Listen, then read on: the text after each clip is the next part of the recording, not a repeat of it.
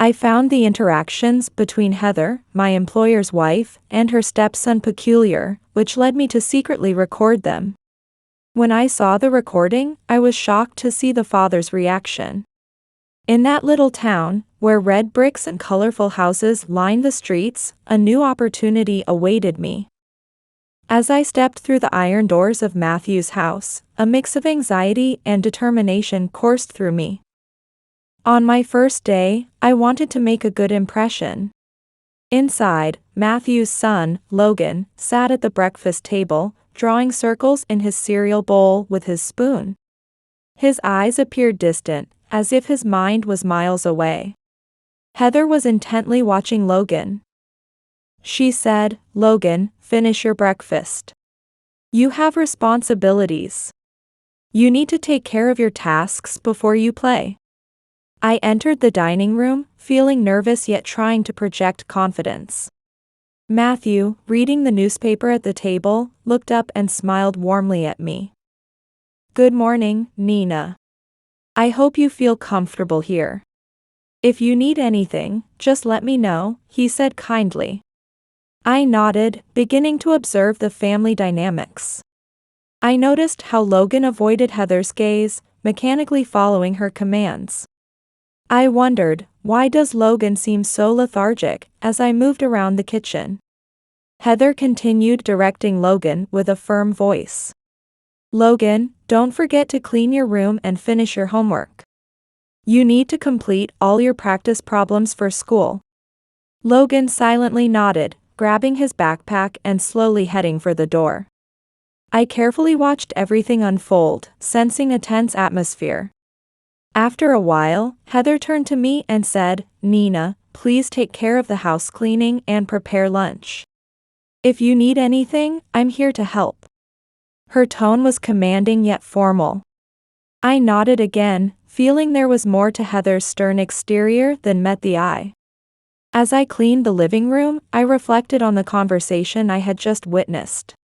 Matthew appeared to be a caring father, and although Heather was strict, it seemed she genuinely cared for Logan. I couldn't help but wonder why Logan seemed so distant, indifferent, and lethargic. His vacant eyes lingered in my mind as I reflected on that day. During lunch, Matthew spoke animatedly about the happenings in town, trying to involve Heather in the conversation, hoping to create a light atmosphere. Heather replied politely, yet her attention was constantly drawn to Logan, who sat silently, focused solely on his meal. As I moved around the table, serving the meal, I observed every tiny detail, trying to piece together the family dynamics. Was Heather being fair to Logan, or was I merely misunderstanding the situation? I placed the dinner on the table, lost in my thoughts. At the end of the day, I noticed Logan's shoulders were slumped, his expression weary and tired. Heather was carefully preparing to give him more instructions. "Logan, take out the trash, and don't forget that you need to mow the lawn this week," Heather said. Logan nodded silently, starting to gather the trash without a word. From the hallway, I watched this scene unfold, my worry for him deepening. While cleaning up after dinner, I finally got a chance to speak with Heather. "Why are you so hard on Logan?" I asked her in a neutral tone. She paused for a moment, considering her response. "I'm just trying to do what's best for him," she replied firmly. Matthew, overhearing the conversation, approached me and placed a comforting hand on my shoulder. "Heather just wants what's best for Logan. Trust us," he said. I nodded, but my worry still lingered. I hope that's true, I thought, as I resolved to watch over Logan and protect him in any way I could. The next day, as the sun shone brightly, I was tidying up the kitchen after breakfast. The previous day's interaction between Heather and Logan replayed in my mind. Heather's strictness seemed unfair, and I grew increasingly worried about Logan's lethargy. I need to observe them more closely, I thought, wiping down the counter. That day, I decided to keep a careful eye on the dynamic between Heather and Logan, and soon, I saw Logan doing homework in the living room when Heather approached him. Logan, you're still not done. It's getting late, she said, not hiding her irritation. Logan mumbled in a barely audible voice, not looking up. As I walked past the hallway, I casually paused to observe. I noticed Heather casting a harsh gaze at Logan. He seemed to shrink under her presence. I couldn't help but wonder why she was always so hard on him. A wave of sympathy washed over me for Logan. During lunch, a tense atmosphere hung in the air. Logan barely touched his food, while Heather's critical eyes fixed on him. She urged him, in a softer yet authoritative tone, "Logan, eat your food. You need nutrients to grow." Logan nodded slowly, avoiding her gaze as he began to eat. As I cleared the table, I felt the weight of their interaction. Something felt off, I thought, clearing the empty plates. In the afternoon, Matthew returned from work with a smile, holding a gift for Logan. "Hey, buddy, look what I brought," he said, handing over a small toy. Logan's face lit up, momentarily glowing with joy. Heather watched from a distance, her lips pressed into a thin line. "You still have to get ready for tomorrow, Logan. Once you're done with the gift, tidy up your things," she reminded him. Logan seemed to shrink at her words. "Okay," he mumbled, his tone laced with disappointment. As I observed their family's tense dynamic, my worry deepened. "Come on, Logan, don't make your mom mad. Take a look at your gift first before doing what she says," Matthew urged, sensing Heather's disapproval. I watched the scene unfold, feeling a swirl of confusion. I silently questioned, why does Matthew always try to calm Heather down? Then Heather called Logan into the room. "Logan, clean up this room. It's a mess," she ordered him. With a sigh, Logan began to sort his things. While I was cleaning the hallway, I listened quietly to their conversation. "Why do you always give orders?" Logan asked, his voice tinged with frustration. Heather responded immediately, her voice firm.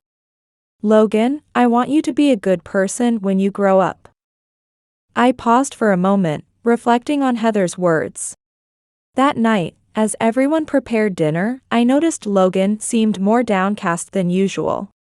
Meanwhile, Heather was critical of everything Logan did. "Logan, wash your hands properly. You're old enough to know that," Heather said, her frustration unmistakable. Matthew, as usual, tried to lighten the tension. "Come on, Logan, just do what your mom says. She's just looking out for you," he said in a conciliatory tone. I watched them, my conviction deepening that something serious was amiss. During dinner, the conversation was nearly non-existent. Heather strictly managed the table, correcting every little mannerism of Logan's. "Don't talk with your mouth full, Logan. Sit up straight. You need to finish all your vegetables," she insisted. With each correction, Logan seemed to shrink further into himself. He looked so unhappy, I thought, desperately searching for a way to help. After dinner, while I helped clean the kitchen, I could hear Heather and Matthew talking in the living room. Logan had been sent back to his room to finish his homework. As I washed the dishes, I pondered how to approach Heather. I felt I needed to understand their relationship better. Suddenly, I heard raised voices from the living room. Heather was talking to Matthew, her tone low yet firm. "He needs to learn more responsibility. We can't let him grow up without discipline," Heather insisted, clearly frustrated. Matthew sighed, trying to remain calm. "Heather, he's still a child. We need to be more patient with him," Matthew replied, concern lacing his voice. I wiped my hands and moved closer to the door, listening carefully. I cracked open the door just a smidge, my heart pounding like a drum, to catch a glimpse of what was happening. Heather's voice was rising, her words sharp as knives as she told Matthew he was too soft on Logan. She insisted that if they didn't crack down now, Logan would never learn. I could almost feel the tension in the air, thick as molasses. Matthew let out a weary sigh that seemed to carry the weight of the world. He stood up, his movements slow and deliberate, and placed a gentle hand on Heather's shoulder. His voice was soft, like a cool breeze on a hot summer day, as he suggested giving Logan a break. He reminded Heather that everyone needs a little breathing room now and then. I retreated to the kitchen, my mind racing like a hamster on a wheel. As I arranged the dishes, my hands moving on autopilot, I knew it was time for me to step in.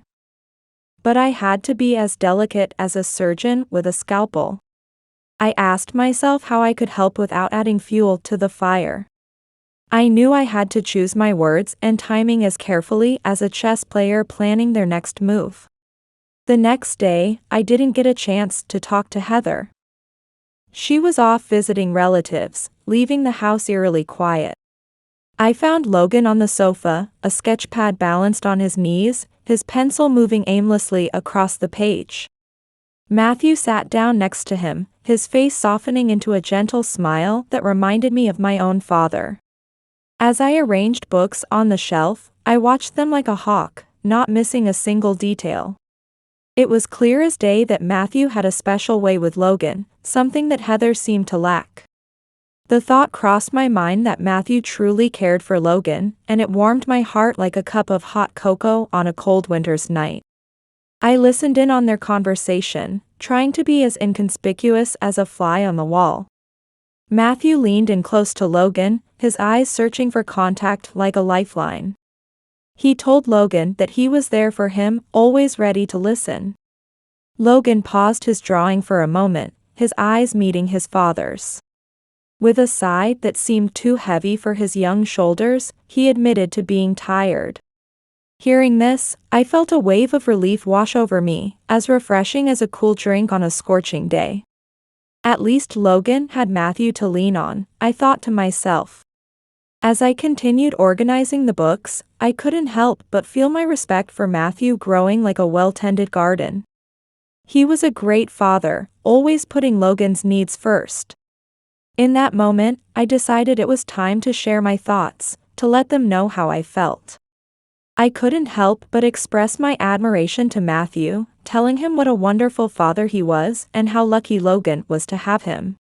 Matthew smiled and thanked me, but I could see the worry clouding his eyes like a storm on the horizon. It was clear as day that something was eating at Logan, and it was tearing Matthew up inside. As the afternoon wore on, Matthew suggested playing a board game, his voice hopeful like the first birdsong of spring. Logan agreed, and I joined in, feeling like we were creating a little bubble of warmth and light in the middle of all this tension. The atmosphere lightened, reminding me of those rare, perfect family moments I treasured from my own childhood. Throughout the game, Matthew was Logan's biggest cheerleader, praising his skills and strategy with the enthusiasm of a sports announcer. He kept telling Logan how great he was doing, urging him to keep it up, his voice brimming with pride and encouragement. Logan didn't smile, but he played along, his movements mechanical, like a wind-up toy running low on energy. When Logan went to get some water during a break, I seized the moment to talk to Matthew. I commented that Logan seemed to be enjoying the game in his own way, trying to find a silver lining in the clouds. Matthew nodded, but he couldn't hide his concern, it was written all over his face like a neon sign. He agreed with me but added that Logan was so listless, it was like watching a flower wilt before his eyes. Matthew confessed he wanted to help, but knew Logan needed to feel safe before he'd open up, his words heavy with the weight of parental worry. When Logan came back, I made myself scarce, letting father and son have their time together. I had work to do anyway, but part of me wished I could stay and watch over them like a guardian angel. Matthew suggested watching a movie, his tone light but hopeful, like a fisherman casting his line. Logan chose an animated film, and they settled on the sofa for some family time, the scene looking like a Norman Rockwell painting come to life. Watching their interaction, I felt a flicker of hope, warm and bright like a candle flame in the darkness. I thought to myself that given time, Logan might feel more comfortable sharing his troubles. I was determined to keep supporting them, to be the steady rock in their stormy sea. As the movie played on, Matthew pulled Logan close, hugging him with a love so pure it made my heart ache. I overheard Matthew whispering to Logan, reminding him that he was his father and wanted to do his best for him, his words soft but filled with conviction. In that moment, I saw a glimpse of the bond between father and son, as timeless and unbreakable as the mountains themselves. Logan just nodded, but his expression was as distant as a ship on the horizon. As I watched him, I felt a warmth spread through my heart, like sunshine breaking through clouds. I realized that although this family has its problems, it is bound together by a strong and lasting love. Once the movie ended, Logan seemed visibly calmer. Matthew stood up, stretching like a cat waking from a nap, and smiled at me. His words of gratitude touched me deeply, as he told me my presence was making a big difference. I smiled back and felt valued. With renewed determination, I told Matthew how happy I was to be there, reminding him that we were all there for Logan. As night fell, Matthew ushered everyone to bed early, his voice filled with the kind of hope you feel at the start of a new year. He spoke of facing tomorrow together, his words a rallying cry for our little family unit. Logan seemed lighter, as if a weight had been lifted from his young shoulders, and he climbed the stairs with the ghost of a smile on his face. After I finished tidying up the living room, I reflected on my day. I thought about how dedicated Matthew was as a father, like a lighthouse guiding ships safely to shore. With Matthew's help, Logan knew he could overcome any obstacle, like climbing a mountain. I made a silent vow to watch over and support this family in every way I could, my resolve as firm as bedrock. The next day, as I climbed the stairs to check on Logan, I stopped short at his open door, my heart skipping a beat. The boy was sitting on his bed, a toy resting on his knees, but he wasn't playing. He was staring at it, lost in thought, like an old man reminiscing about days gone by. Taking a deep breath to steady myself, I decided to talk to him, my maternal instincts kicking in like a reflex. I asked softly if I could come in, my voice as gentle as a spring breeze. Logan looked up and gave a small nod, his movement barely perceptible. I entered the room and sat on the edge of the bed, observing Logan's tired demeanor, my heart heavy with concern. Trying to keep my tone casual, I asked if he was okay, noting how sad he'd seemed lately. Logan sighed, a sound too weary for his young years, and looked away, avoiding my gaze like a shy fawn. He assured me he was fine in a small voice, telling me not to worry, but his words didn't match the sadness in his eyes. I couldn't help but notice the lack of energy and smiles that should be so natural for a child his age, and it broke my heart. In that moment, I felt as helpless as a bird with a broken wing, desperately wanting to lift Logan's spirits but not knowing how. For a moment, silence hung in the room like a heavy curtain. Like trying to thread a needle, I frantically tried to think of the best way to keep the conversation going. I knew I needed to be patient, to somehow make Logan trust me as much as I trusted my own grandmother years ago. Gently, I looked at Logan and told him that talking about his feelings could be a good thing, that it might help ease his troubles. Logan gave a hint of a smile, but still wouldn't meet my eyes, like a shy deer avoiding a hunter's gaze. He insisted he was fine, his voice as weak as a whisper in the wind, but I knew better. Like adjusting your sails when the wind changes direction, I decided to change my tactic. I assured Logan that I was there for him if he needed anything, trying to infuse my words with as much comfort as possible. Finally, Logan looked at me, his eyes a mixture of sadness and fear, like a stormy sea. He mumbled a thank you, his voice barely audible. My heart clenched like a fist as I realized Logan was clearly hiding something, but he wasn't ready to open up completely. I got up and started to tidy up the room, giving Logan some time to gather his thoughts. As I worked, I shared a bit of my own childhood, telling Logan how I too had struggles and worries, and how hard it was to find someone to talk to. Logan looked at me for a moment, seeming to mull over my words like a philosopher pondering life's big questions.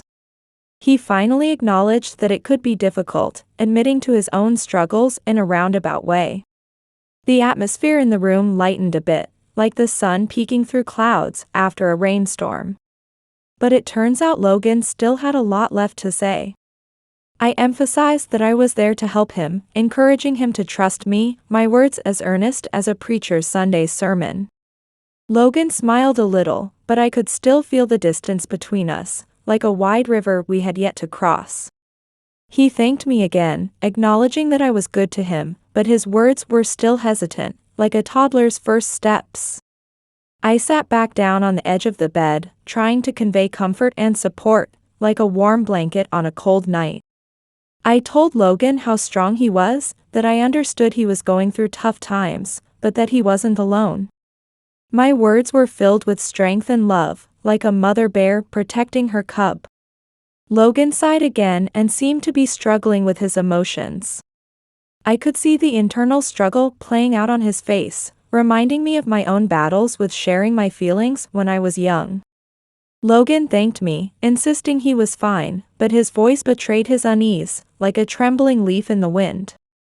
As I prepared to leave the room, I decided with determination to give it another try. As I left the room, my heart was heavy with worry, like a stone in my chest. I couldn't shake the feeling that Logan was hiding something important, something that was hurting him deeply. I was determined to get to the bottom of what was happening and find a way to help him, my resolve as firm as a mountain. I knew I needed to earn Logan's absolute trust before he'd feel safe enough to confide in me, like building a sturdy bridge over troubled waters. I was ready to do whatever it took to ensure his happiness, my commitment as boundless as the open sky. The next morning, I decided to check on Logan, climbing the stairs to his room with purpose in my step. Heather had gone out to run errands, and Matthew was busy in his study, the house quieter than a library on a Sunday afternoon. I was still mulling over my decision to film Heather, feeling like there was a deeper truth waiting to be uncovered, like a hidden treasure beneath the sand. When I reached Logan's door, I knocked gently, not wanting to startle him, my touch as light as a butterfly's wings. I asked if I could come in, my voice soft and careful, like approaching a timid deer in the woods. Logan was sitting on his bed, flipping through a textbook, but his eyes were distant, like he was looking at something a million miles away. He nodded slowly, allowing me to enter, his movements as sluggish as molasses in January. I approached and sat beside him, noticing he seemed even more withdrawn than usual, like a turtle retreating into its shell. I asked Logan how he was feeling, searching for any sign that he might be ready to open up, my eyes as keen as a detective's. Logan shrugged, avoiding eye contact like a guilty child, and told me he was fine, but his voice lacked conviction. As we talked, I noticed a faint purple bruise on Logan's arm, and my heart started racing like a runaway train. I leaned in for a closer look, my concern growing with each passing second, like storm clouds gathering on the horizon. I asked Logan about the bruise, my voice filled with worry, like a mother hen clucking over her chicks. When Logan tried to hide his arm, I gently took his hand, determined to get to the truth, my persistence as unyielding as the tide. The sight of that bruise sent a chill down my spine, reminding me of the silent suffering I'd witnessed in my years as a teacher. I knew then that this was more than just a child's typical moodiness, and I was determined to uncover the truth, no matter how painful it might be. Logan's voice trembled like a leaf in the wind as he tried to brush off my concern, claiming he'd just fallen. But his words rang hollow, and a wave of worry and anger washed over me like a sudden summer storm. I sensed that Logan was not telling the truth, just as I had felt years ago when my own children tried to hide their troubles. Looking straight into his eyes, I pleaded with Logan to trust me and tell me who had hurt him. Logan bit his lip, hesitating like a tightrope walker about to take that first step. He turned away, telling me to leave it alone, his voice barely above a whisper. I understood that gaining Logan's trust was as delicate a process as coaxing a wild bird to eat from your hand. But when I saw the bruises on his body, my heart ached. Determined to protect Logan, I decided to try a different approach. In a voice that was firm and determined, I assured him that I was here to help him. I promised that no one would hurt him again, feeling the weight of that vow settle on my shoulders like a heavy cloak. For a moment, Logan looked at me, his eyes brimming with tears like a dam about to burst. He admitted that he wanted to trust me, but it was complicated, finally revealing a chink in his armor. Seeing the pain in Logan's eyes made my heart clench and reminded me of times I had comforted my own grandchildren in their suffering. I knew I needed to act quickly, but I also knew that scaring him further would be like trying to catch a spooked horse, futile and potentially damaging. I encouraged Logan to trust me, assuring him we'd solve this together, my words a lifeline thrown to a drowning man. Logan nodded slowly, beginning to trust me bit by bit. He agreed to try, his heavy sigh carrying the weight of mountains. As I left the room, I couldn't shake the image of Logan's bruises or the sadness in his eyes, like a haunting melody that wouldn't leave my head. I was determined to uncover the truth and protect Logan, my resolve as unshakable as bedrock. Though Heather seemed the likely culprit, I knew I needed more evidence to confront her and inform Matthew, like a detective gathering clues before making an arrest. The next day, the house had settled back into its usual rhythm, like a river returning to its course after a flood. But beneath that calm surface, I knew turbulent waters were still flowing, and I was prepared to dive in headfirst to save Logan from drowning in silence. I was still shaken by the bruises I'd seen on Logan's body. I knew I had to act fast, my mind racing all night like a hamster on a wheel, trying to figure out how to set up hidden cameras throughout the house. When I saw Matthew and Heather were busy, I knew it was now or never, like catching the perfect wave. I have to do this for Logan, I told myself, steeling my resolve. I started in the living room, my hands shaking like autumn leaves as I carefully placed the first camera high on the bookshelf, hidden between the books. As I adjusted the angle, I muttered a little prayer under my breath, hoping against hope that this would work. I checked the feed on my smartphone, feeling a small surge of triumph, like solving a particularly tricky crossword puzzle. Moving to the kitchen, I set up another camera in an inconspicuous corner, my heart pounding like a drum with every little noise. But I pressed on, driven by a mix of maternal instinct and righteous anger. As I worked, my mind kept circling back to the purple bruise on Logan's arm, a glaring sign that something was terribly wrong, like a neon sign flashing danger. This couldn't be ignored, Logan knew he desperately needed help. I'd known Heather could be strict, but this was something else entirely, darker and more sinister than I'd imagined. I decided to place another camera in the hallway near Logan's room, where I knew many of Heather and Logan's interactions took place. Once all the cameras were set up, I returned to my room to review the footage. My nerves were on edge. The cameras were working perfectly, capturing every crucial area of the house. I felt a mix of relief and anxiety wash over me, like the push and pull of the tide. Now we wait, I thought, eager yet apprehensive about what the recordings might reveal. I knew this was just the beginning of a complicated journey, but I was ready to face whatever came my way to protect Logan, my resolve as unshakable as a mountain. Over the next few days, I watched the recording closely, trying to make sure I didn't miss a single detail. I saw Heather scolding Logan a few times, but nothing yet explained the bruises. Every interaction between Heather and Logan seemed charged with tension, like the air before a thunderstorm. I began to worry that I had missed something, that Heather was carefully concealing her actions. One afternoon, while Logan was at school, I checked the latest recordings. I saw Heather enter Logan's room, speaking to him harshly, but still no signs of physical violence. Yet, Heather's severity and Logan's submissive responses were clear as day, like actors in a silent film. I need more concrete evidence, I thought. Determined to keep monitoring, my patience stretched thin like an old rubber band. That same day, while Heather and Logan were in the living room, I found myself watching their interaction like a hawk, my work forgotten in the face of my concern for the child. Logan was on the couch trying to do his homework, looking small and weak, while Heather paced back and forth, with a stiff expression on her face. I heard Heather's sharp voice cut through the air like a whip, ordering Logan to follow the rules. My heart clenched when I saw Logan look up from his notebook, his face a mixture of fear and frustration that reminded me of my own children when they were struggling. Then, in a voice so small it could have been a whisper on the wind, Logan asked why she hated him. The sadness in his voice was as clear as a bell on a quiet morning, and it pierced my heart like an arrow. I hid behind the kitchen door, feeling like a spy in my own home, watching the scene unfold with a heavy heart.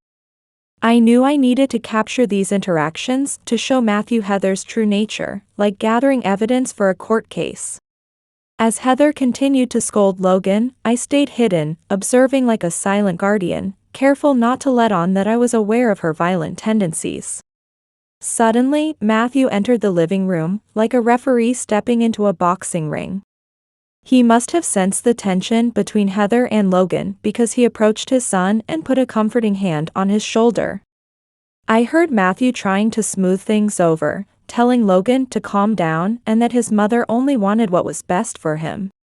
Logan looked at his father with eyes full of despair, reminding me of a trapped animal, but he nodded slowly. Watching this, I felt a lump in my throat, as if I'd swallowed a stone.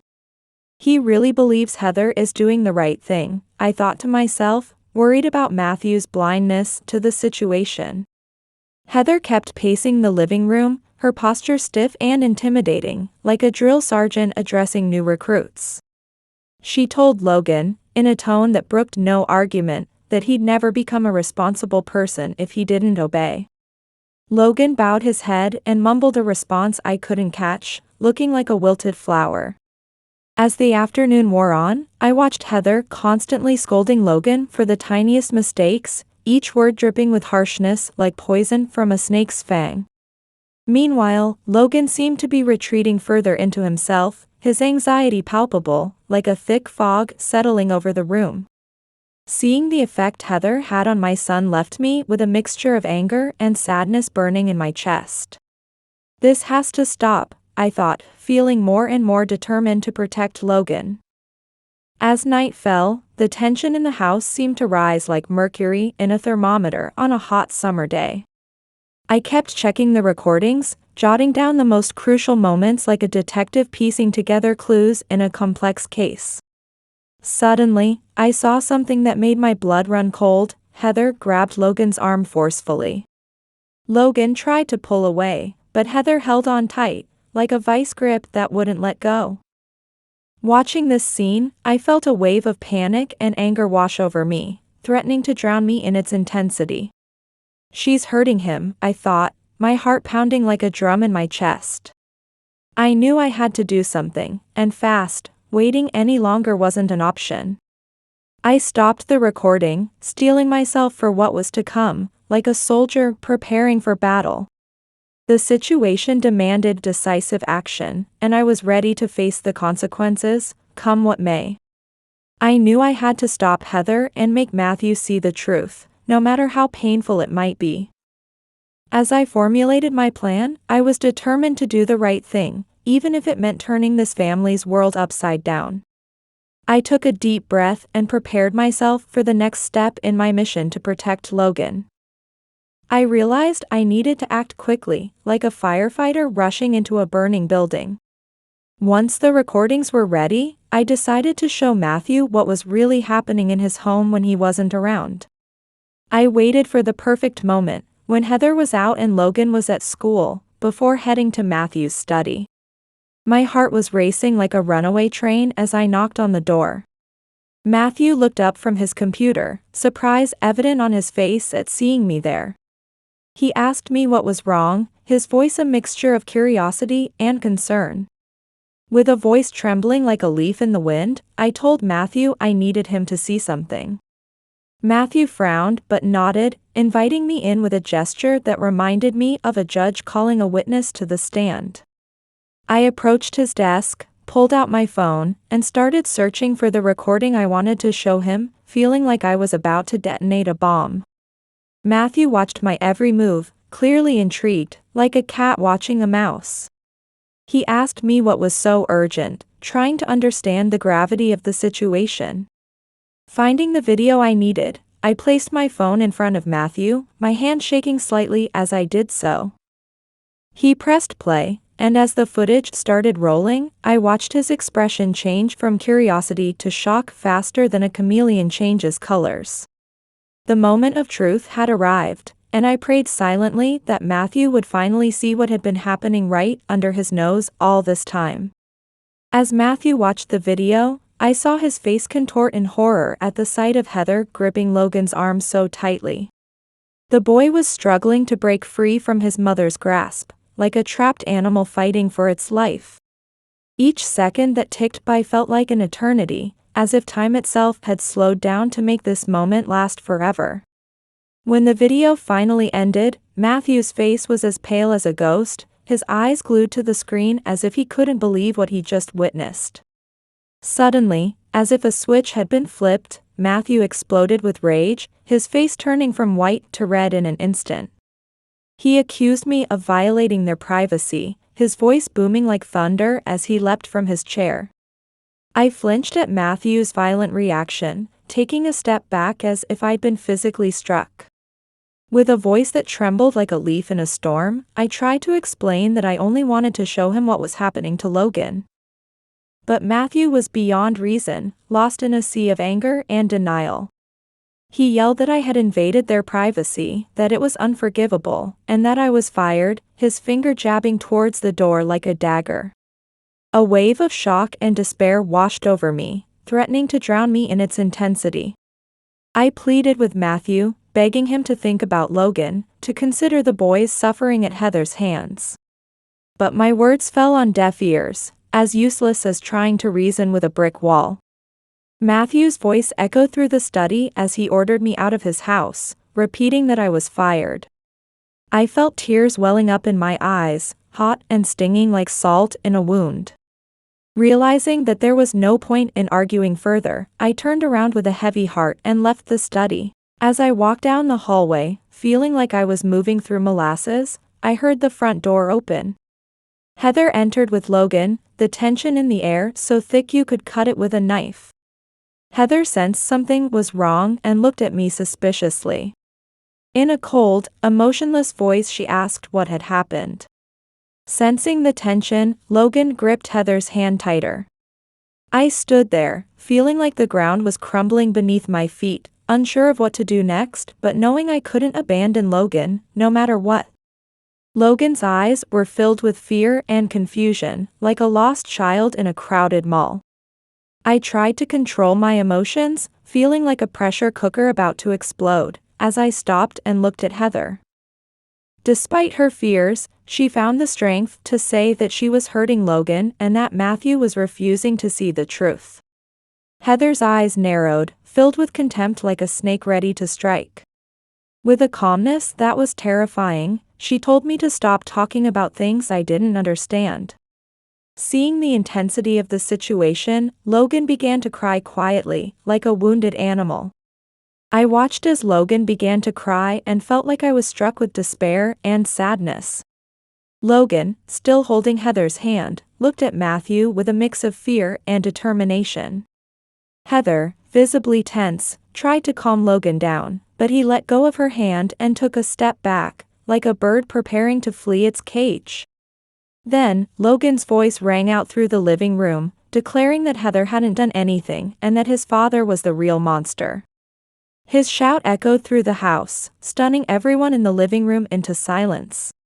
I stared at the boy in disbelief, feeling like the world had suddenly turned upside down. With a trembling voice, I asked Logan what he was talking about. Beside me, Heather looked at Matthew with an expression of shock and disbelief, as if she'd just seen a ghost. She asked Matthew if this was true, her voice taut with tension.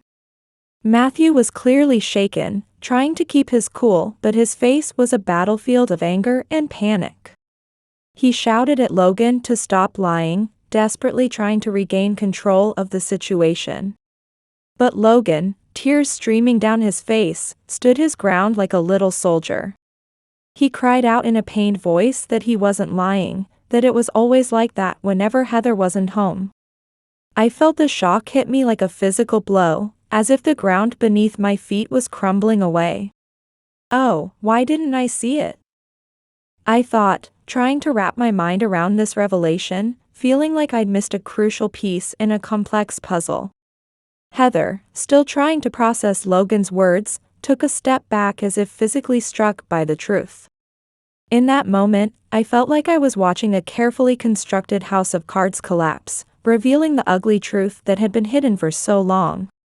Matthew, now clearly desperate, tried to approach Heather, but she held up her hand to stop him like a traffic cop halting a speeding car. Her voice, a mixture of anger and disbelief, told him not to come near her until he explained what was going on. Logan continued to sob, his words cutting through the tension like a knife. He explained how his father always waited for Heather to leave for work before coming to his room and hurting him. The fear in his voice when he said he was scared of his father was palpable, like a chill running down my spine. Logan's words hit me like a freight train, as I realized Matthew was the real culprit, something I never could have imagined. I felt a deep sadness and guilt wash over me, wondering how I could have been so blind, like I'd been wearing blinders all this time. Matthew, now looking utterly desperate, turned to Heather and me with pleading eyes.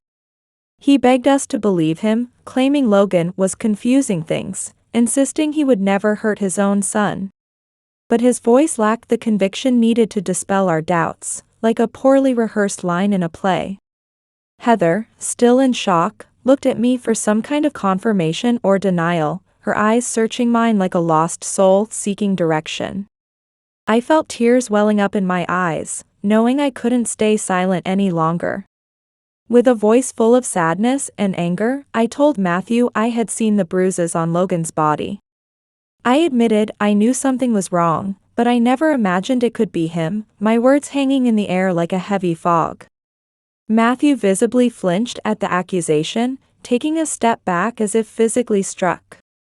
He pleaded with Heather to believe him, calling it a misunderstanding, but Heather stood frozen, unsure who to trust. The tension in the room was unbearable, like a rubber band stretched to its breaking point. Finally, Heather broke the silence, her voice cold and determined as steel. She told Matthew she didn't want to hear anymore, expressing her disbelief that he could do this to their son. As she spoke, she pulled up Logan's sleeve, revealing bruises that were now almost healed, like fading evidence of a horrible secret. Matthew tried to argue, but the resolve on Heather's face made it clear there was no more room for lies. Still in shock, I realized the truth had finally come to light, but I knew the emotional toll on Logan and the entire family would be immeasurable. While Matthew struggled to find answers, I went over to Logan and pulled him into a protective embrace. I whispered to him that everything would be okay, promising to protect him, my words a soft comfort in the storm of emotions. Logan, still crying, hugged me tightly, clinging to me like a lifeline in a turbulent sea. In that moment, I knew our lives would never be the same, but I was determined to help this family heal, no matter how long it took. For the first time, I saw in Logan's eyes the realization that someone truly understood and would protect him. Heather stood there for a moment, tears welling up in her eyes as she took in the scene, like a statue coming to life. I could see in her face the knowledge that life would never be the same, but also a fierce determination to do whatever it took to ensure Logan's safety and happiness. She approached us, joining the embrace, and promised Logan they would get through this together, her voice as steady as a rock in a stormy sea.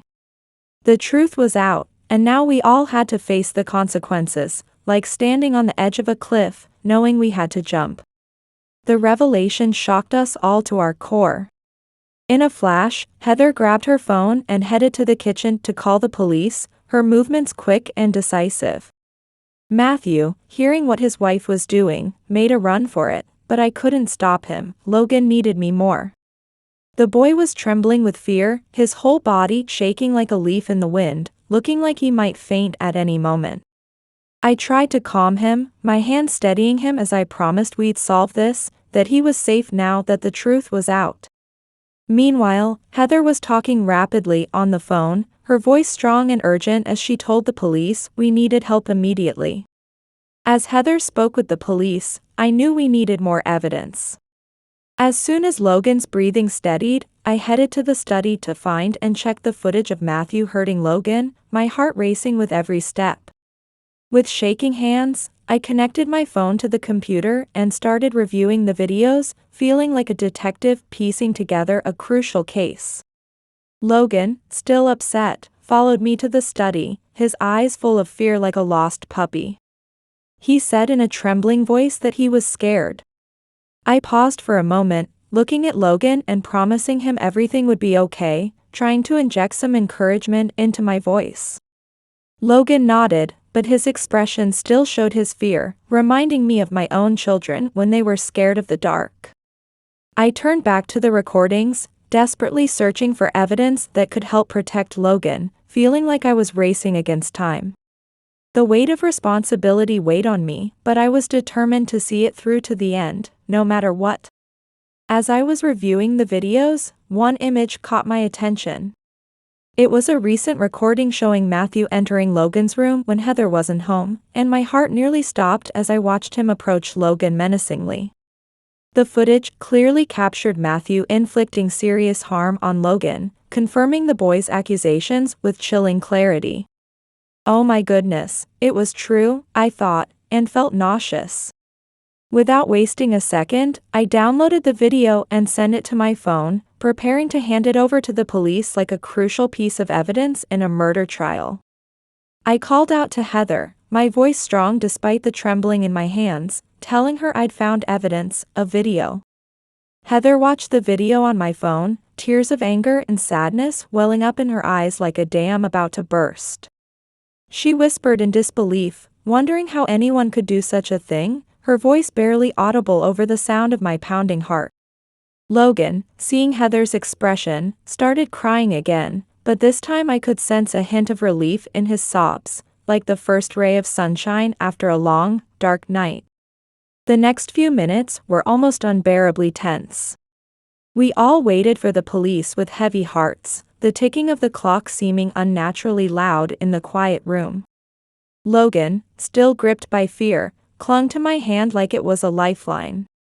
He whispered that he didn't want his father to come back, his words dripping with fear that made my heart ache. I gently held his hand and, with firm resolve, promised him that I would do everything I could to protect him. I won't let you be alone again, Logan, I said, my voice filled with a resolve I didn't know I possessed. Finally, we heard the distant wail of sirens, growing louder like an approaching storm.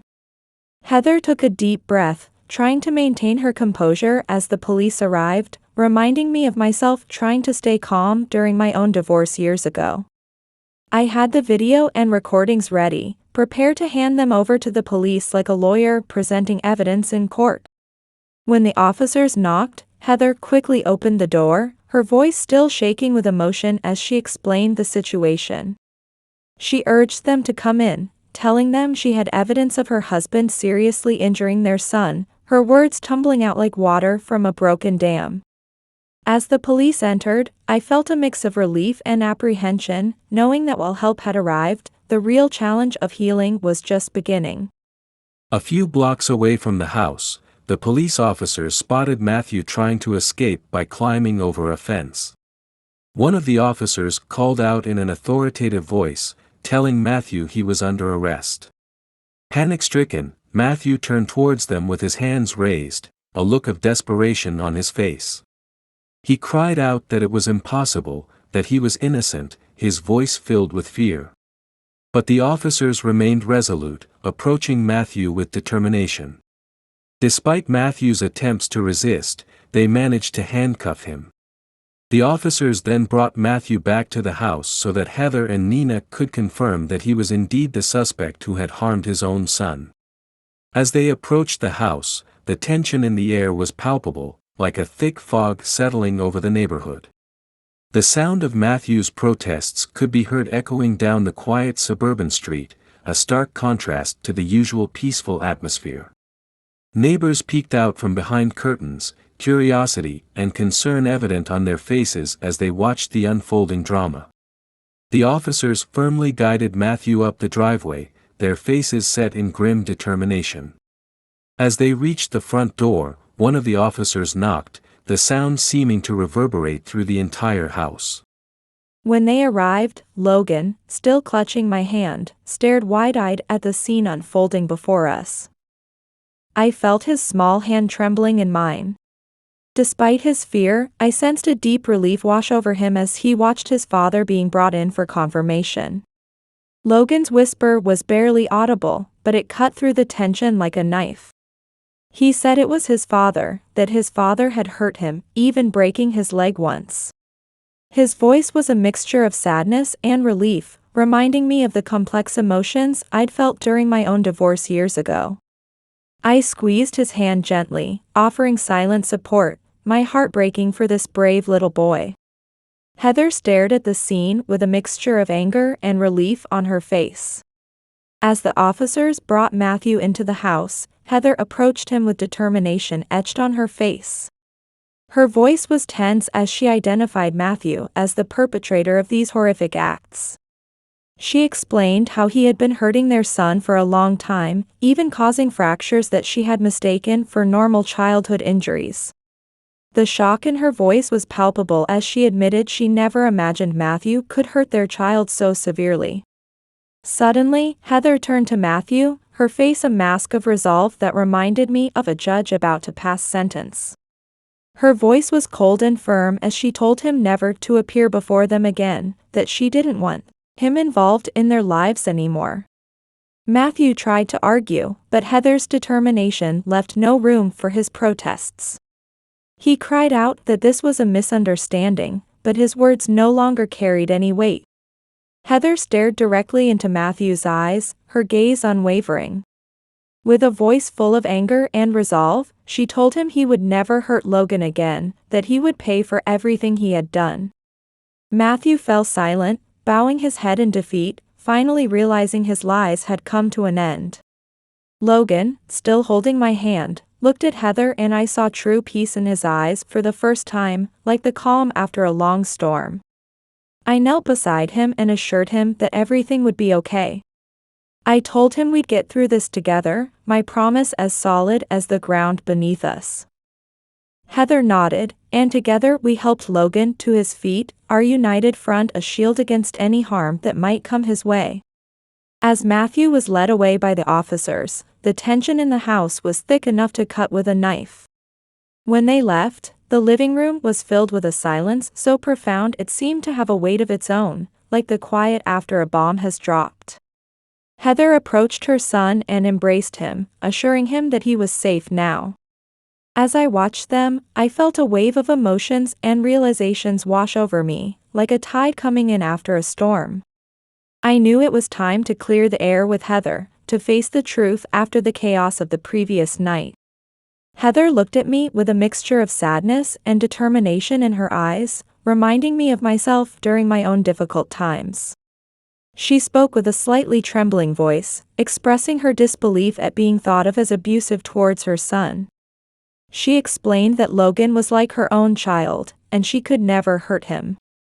Heather acknowledged that she was strict, but only to teach him responsibility. She wasn't always telling him what he wanted to hear, but she was raising him as her mother would have, teaching him what he needed to know.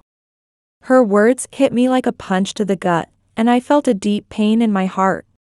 I had been suspecting Heather all along, believing she was the cause of Logan's suffering. Now that the truth was out, guilt weighed heavily on my shoulders, like a backpack full of rocks. With tears streaming down my face, I apologized to Heather for doubting her, my voice thick with regret. Heather nodded, understanding the difficult position I had been in, her empathy a balm to my guilty conscience. She told me she understood, explaining that she had noticed Logan's injuries increasing for a while. But she had chalked it up to typical childhood accidents, never imagining Logan's father could be capable of such acts. Heather took responsibility, trying to ease my guilt, but I couldn't let her shoulder that burden. I told her firmly that the only one responsible was Matthew, that he alone had to answer for his actions. As I said this, Heather and I exchanged a look of understanding, like two soldiers who had fought the same battle. Logan, still holding both our hands, looked at us gratefully, his voice weak but filled with a newfound strength as he thanked us for believing him. Heather squeezed his hand gently, her voice strong and full of love as she promised Logan that we would always believe him and do anything to protect him. In that moment, I felt a surge of determination, knowing that together, we could help Logan heal and move forward, no matter how long it took. I tried to regain my composure, feeling the need to apologize again. In a low voice filled with regret, I confessed to Heather that when I saw Logan's bruises, I had thought she was the culprit. Heather let out a deep sigh, reminding me of the countless times I'd done the same during my own trials. She told me she understood that it had been a terrifying situation for all of us, but now we knew the truth and could move forward. Her voice was gentle yet firm, like a teacher guiding a student through a difficult lesson. Heather wanted me to know that she had always done her best to take care of Logan. She explained that Matthew had always been careful in everything he did, and she had never doubted him. The sadness in her voice was palpable as she admitted she never imagined he could be capable of such cruelty. I felt a mix of anger and sadness for what Logan had experienced, my emotions churning like a stormy sea. Heather's voice was filled with pain as she confessed she wished she had realized sooner that she could have done more to protect him. I nodded, understanding the weight of guilt she was carrying, having felt that burden myself in the past. I told her that we can only do our best in the situations we're given, my words an echo of the advice I'd once received from a wise friend. I emphasized that what mattered now was that we were here for Logan, ensuring he would never suffer again. Logan, still trying to comprehend everything that had happened, looked at Heather and me with a mixture of gratitude and confusion in his eyes. His voice was soft, filled with a longing for peace as he said he just wanted it all to be over, to feel safe again. It reminded me of my own children's pleas during difficult times, tugging at my heartstrings. Heather embraced him lovingly, promising to do everything she could to make him feel secure. Her words were full of determination. As Matthew left the house, the atmosphere began to shift, like the air clearing after a thunderstorm. Heather, Logan, and I could finally breathe a sigh of relief, the tension slowly ebbing away. I looked at Heather and Logan, feeling a new sense of resolve wash over me, as strong as an oak tree weathering a storm. With a powerful, confident voice, I told Logan that we were in this together, that we would protect him no matter what. The atmosphere in the house continued to change, hope and determination blossoming among us despite all the trauma. We knew there would be challenges ahead, but we were ready to face them together, our unity as unbreakable as a mountain. As I stood there with Heather and Logan, I felt a sense of purpose I hadn't experienced in years, ready to help this family heal and rebuild. The truth had finally come to light, and it was time for us to rebuild our lives together, based on trust and love. As the sun gently shone on the house, it felt like a new beginning for Heather, Logan, and me. The atmosphere was different now, brighter and filled with hope, like the first day of spring after a long winter. Even with Matthew's absence, there was a palpable sense of relief in the air, as if a heavy cloud had lifted. Sitting at the kitchen table, I watched Logan playing in the garden, a smile spreading across my face. He's becoming a child again, I thought to myself, feeling a warmth in my chest I hadn't felt in years. Heather entered the kitchen with a tray of juice and cookies, her movements light and easy. She commented on how wonderful it was to see Logan smiling again, her voice filled with a mother's joy. I nodded, my eyes shining with happiness, and assured her that Logan was finally on the road to recovery. I promised to help in any way I could, my voice filled with the same determination I'd had as a young teacher. Heather smiled, her gratitude evident in her eyes, and told me we were family now. Her words touched me deeply, reminding me of the bonds I'd formed with my own children. Logan, hearing our conversation, came running into the kitchen, his eyes sparkling with a light we hadn't seen in a long time. He said he felt happier when he was with us, his smile brightening the room like a ray of sunshine. Heather pulled up a chair to join us, and I reached out to ruffle Logan's hair, just like I used to do with my own kids. I promised Logan he would always be safe, my voice filled with a new resolve. Over the next few months, the house was filled with laughter and joy. Heather and I worked together to create a comfortable and safe environment for Logan, our teamwork reminiscent of my early days as a mother. Logan's confidence grew both at school and at home, his grades improving visibly, like watching a plant flourish with proper care. We celebrated every small victory, and Logan began to open up more about his feelings and experiences. Heather remarked that he was becoming the child he was always meant to be, her voice filled with wonder and pride. When Heather was legally granted custody of Logan, ensuring his safety and security, it felt like the final piece of a puzzle falling into place. We celebrated at home, the air filled with laughter and tears of joy, reminiscent of the happiest family gatherings. I cooked Logan's favorite meal, while Heather prepared a special gift for him, our actions mirroring the love and care we'd always hoped to provide. We gathered around the table, sharing stories and dreams for the future, like a family planning their next great adventure. Raising my glass of juice for a toast, I told Logan how proud we were of him, my heart swelling with emotion. Heather, with tears in her eyes, added that it was because of him that we had come so far, and that all our efforts had been worth it. As I looked around at our makeshift family, I felt a sense of belonging and purpose I hadn't experienced in years, grateful for the unexpected journey that had brought us together. Logan looked at Heather and me with a smile that spoke volumes, his face radiating the feeling of being fully accepted and loved. His voice was filled with sincerity and gratitude as he thanked us for believing in him, protecting him, and told us he loved us. Heather and I moved closer, enveloping Logan in a warm embrace, our hearts swelling with emotion. Together, we told Logan we loved him too, feeling as if we had finally found peace and happiness as a true family. As the night deepened, the house was filled with a special warmth, a sense of belonging and security that had been missing for so long. Looking at Logan and Heather, I was overwhelmed with gratitude for being part of this journey, like a traveler who had finally found her way home. I thought to myself, with a deep sense of satisfaction, that we were exactly where we were meant to be. Heather, sitting next to me, looked at me with a smile that made us feel like co-conspirators in the best possible way.